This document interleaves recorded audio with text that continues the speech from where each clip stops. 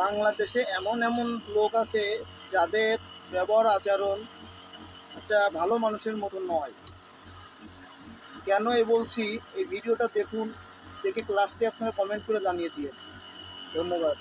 Slogan দেওয়া বন্ধ করা হলে আমি দম বন্ধ হয়ে মারা যাব, কথাটি আলোচিত স্লোগান সম্রাট যুবদল নেতা নয়নের। তাকে বলা হয় স্লোগান মাস্টার, যার মুখে জন্ম হয় অদ্ভুত সব স্লোগানের। বলছি যুবদল নেতা রবিউল ইসলাম নয়নের কথা, যে কিনা বিভিন্ন চাঁদাবাজি ও দুর্নীতির দায়ে অভিযুক্ত, কিন্তু এরপরও ভালো কাজ করে তিনি সবার ভালোবাসা পান। তারেক রহমান জানেন নাকি 5 আগস্টের নায়ক আপনি, কিংবা যুব সমাজের অহংকার তারেক রহমান, অথবা ভণ্ডপীরের চামড়া তুলে নিব আমরা, এসব স্লোগানের জন্মদাতা তিনি। 15 আগস্টে ধানমন্ডির 32 নম্বরে গিয়ে নিজের উপস্থিতি জানান দিয়ে আসেন রবিউল ইসলাম নয়ন। সেখানে বিএনপি কর্মীরা স্লোগান দেন, 32 দখল নিলাম, তারেক ভাই কথা দিলাম। তার ভাষ্যে রাজপথ আমার খেলার মাঠ, স্লোগান আমার মনের খোরাক, জেলখানা আমার রাজনীতির পাঠশালা ও বিশ্রামের জায়গা। আপনি যদি আমার থেকে স্লোগান কেড়ে নেন তাহলে আমি বাঁচব না। ছাত্র উপদেষ্টাদের চাঁদাবাজ বলেছেন তিনি, অথচ তিনি নিজেই চাঁদাবাজির দায়ে অভিযুক্ত। নিজের ফেসবুকে তিনি লিখেছিলেন, নাহিদ সার্জিস হাসনাত সব শালারাই চাঁদাবাজ। যুবদল নেতা নয়নের বিরুদ্ধে রয়েছে অনেক অভিযোগ। চাঁদাবাজি থেকে শুরু করে আধিপত্য বিস্তার, কোটি কোটি টাকা কামিয়ে নেওয়া কিংবা প্রভাব খাটানোর মতো অভিযোগের দায়ে অভিযুক্ত তিনি, যার ফলে নিজ দলেও সমালোচিত এই নেতা। তার বিরুদ্ধে ইসলামী ব্যাংকের প্রধান কার্যালয় দখলের চেষ্টার অভিযোগ রয়েছে।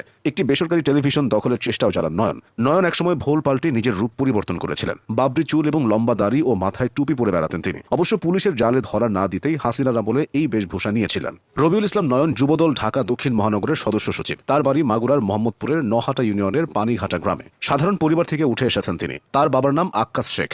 নয়ন স্কুল জীবন শেষ করে ঢাকায় পাড়ি জমান। ঢাকায় এসে ছাত্রদলের রাজনীতির সাথে জড়িয়ে পড়েন। শুরুতে তিনি ঢাকা মহানগর উত্তর মোহাম্মদপুর থানা ছাত্রদলের যুগ্ম আহ্বায়ক হন। পরে তার বিচক্ষণতা ও সাহসী নেতৃত্বের কারণে রাজনীতিতে ধীরে ধীরে পদোন্নতি পান। আওয়ামী সরকারকে হঠাতে সামনে থেকে নেতৃত্ব দিয়েছেন যুবদল নেতা নয়ন, যার ফলে 19 বার কারাবরণ করেছেন সাহসী নেতা নয়ন। তিনি জানান তার নামে 206টি মিথ্যা মামলা হয়েছিল। হাসিনার বিরুদ্ধে একের পর এক আন্দোলন করায় আওয়ামীর নজরে পড়েন রবিউল ইসলাম নয়ন। তাকে 7 দিনের জন্য গুমো করা হয়েছিল। 2016 সালে মগবাজার মোড় থেকে পুলিশ তাকে ধরে নিয়ে যায়। 5 রাউন্ড গুলি এবং অমানবিক নির্যাতন করা হয় তার উপর। একসময় তাকে মৃত ভেবে ঢাকা মেডিকেলে ফেলে রেখে চলে আসে। পরে তাকে উদ্ধার করে হাসপাতালে ভর্তি করা হয়। এরপর একটু সুস্থ হলে পুলিশ আবার তাকে গ্রেফতার করে। এভাবেই গ্রেফতার খেলায় কেটেছে তার জীবন। তাকে কয়েকবার রিমান্ডে নিয়ে হাত পায়ের নখ উপড়ে ফেলা সহ নানাভাবে অমানবিক শারীরিক মানসিক নির্যাতন করা হয়। কিন্তু তবুও তিনি পিছু হটেননি।